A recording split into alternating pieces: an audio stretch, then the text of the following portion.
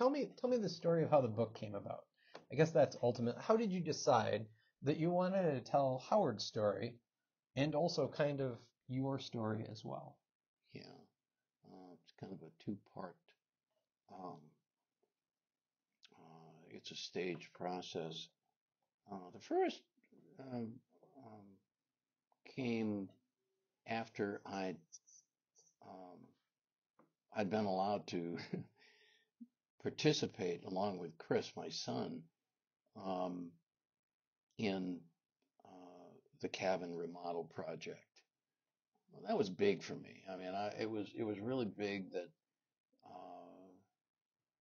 originally um, I had put together this very small amateur crew that was going to do something with this cabin, and then uh, Dan serendipitously came along, this professional carpenter who wanted to become a Lutheran minister and had all of these deficiencies before he could actually enroll in the theology program. And it just so happened he needed 2 Shakespeare classes, and so I got to know him, and he expressed interest in joining the crew, and he became the leader of the crew um, for the short time that he was engaged in it. Uh, but then Howard entered the scene, and as I describe him, kind of more Gandalf than Frodo. There was something about him that just zeroed in on Dan. Linda could see it, and what should have been an interview by Dan of Howard turned out to be an interview of Dan by Howard. Um, do you know your stuff? Um, can you explain to me the technical aspects of this job that you want me to step in and take over for you? But so quietly and so unobtrusively, um, letting Dan do all the talking. But it was pretty clear from the way Linda described it that no, the interview was by Howard of Dan. And so, when Howard joined the job, um, I got to see up close and personal what he was doing, how he was doing it, and both Chris and I um, became aware pretty early in the small incremental pieces of instruction that Howard gave to us about what we needed to do to be able to complement what he was doing on the job without getting in the way. Um, that um, he'd done this before. I mean, he'd worked with people like me before, and he knew how to handle people like me in a gentle but firm way.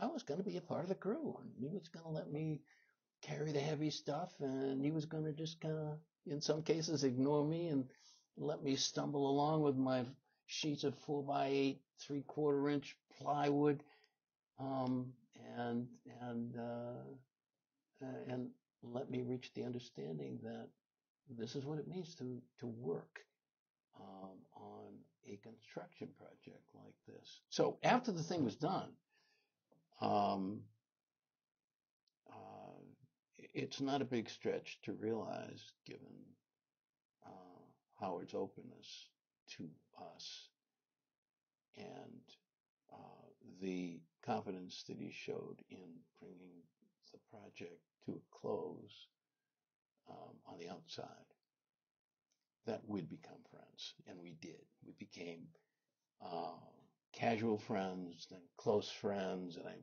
go to his shop and watch what he was doing and drink his coffee, and Linda would become close friends with his wife Sally, um, who owned that shop that Linda was putting stuff in on a consignment basis. And a few years later, I asked Howard if it would be okay if I hung around the shop in a more intentional way. Um, could I see how you use the various machines in your shop? Why you've organized them the way you have? How that facilitates a one-man operation like you've got in terms of efficiency. And then there was the opportunity for me to follow him around on site visits. And there was the opportunity for me to actually see how he did the construction of a piece of cabinetry. And when I went out on the job with him and he was doing estimates, I asked him if it was okay if I brought along a small tape recorder, because I was never going to be able to remember this. There were too many numbers and measurements and everything else. I wanted to be accurate. I wanted to represent what it was that he was doing in a respectful way. And he said, yeah, it's okay. Things get a little bit edgy. When I went to his house one evening, I asked him if I could dig a little deeper into his beginnings, where he came from, how he learned his craft, what his family was like, how far his schooling took him, where did he travel after he left West Texas, how did he wind up in Hermster, for crying out loud, after having spent 20 years in and around the Beltway, Maryland, and Fairfax, Virginia, Washington, D.C. How did that happen? He was a little more reluctant to talk about some of that stuff. There was alcoholism involved in there. He still went to his weekly AA meetings.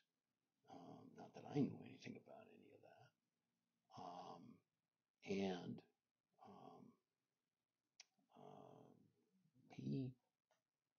he agreed to talk to me about that stuff. And when I pressed harder on some of it, he opened the door a little bit wider and let me in. It was at that point that I told Howard, I said, look, it's really generous of you to open up like you have for me. I'll tell you what I have in mind. Given our recent history, short as it may be, I've really come to respect what it is, not just what you've done for me, but what you do for a living, what you do solitarily in the shop. How you don't take any crap from people, but yet find enough willing clients to allow you to do their jobs the way you want to do them. I want to write about you. And the reason I want to write about you is because I'm going to make a present of this manuscript to you. That's my intention, Howard. And he said, oh. I said, I'm including it all. He said, okay. And so after that, there were some other jobs, but always the little tape recorder I had with me. And some of those site visits were just a blast. But when it was all done and I hadn't completed the manuscript, but I showed him basically 85% of it. What do you think?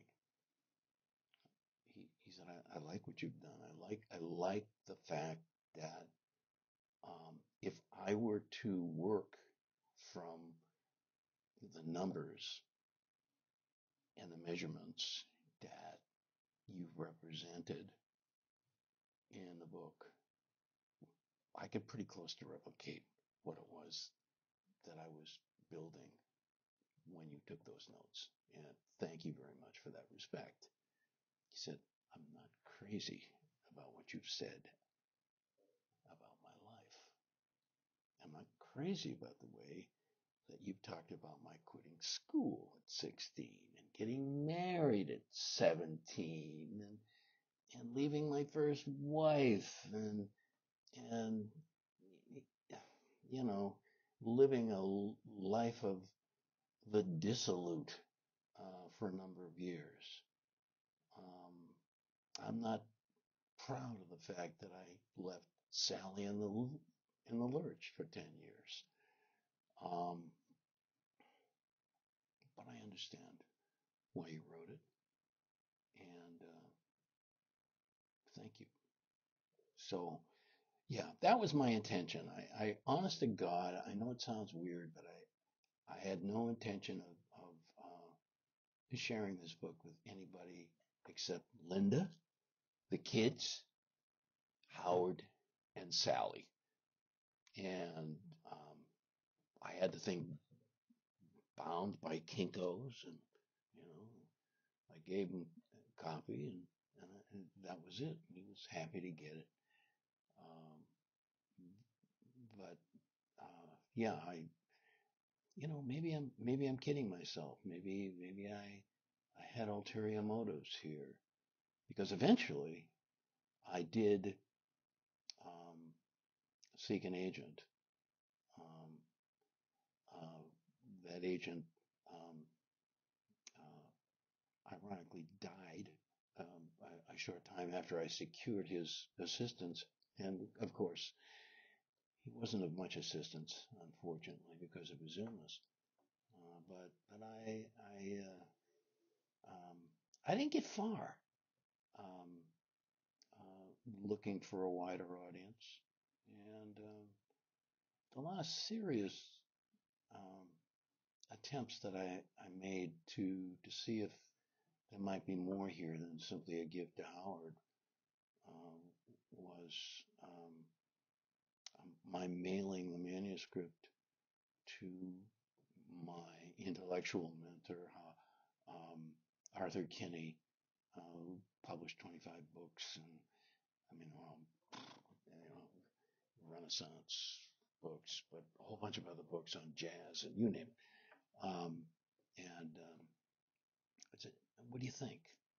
And he published one of the most important um, Renaissance journals um, in the world, and I'm honored to have found my way in with once. And he wrote back to me. He said, um, "I really like the stuff about you, Bill, but I think you ought to get rid of Howard." And I wrote him back and I said, "Yeah, but the whole reason for writing this book was Howard. There's a pre-Howard to this book. There's a Howard the Craftsman in this book. Um, there's Howard as uh, the teacher in this book. I can't. I'm just a character in this book as well as the narrator. So I guess I figured at that point I couldn't go any place with it. I wasn't going to write him out of it. And then I showed it to Terry Davis um, a little while after that, and he liked it. He said, "No, this is good, but you need." He said, "You're wordy as hell. You need to cut the thing down," and I did. Um, and I mean, it looks a lot different than it did then because I've gotten much more serious about editing than I was then. But that's basically it. I mean, Howard was the object and the subject.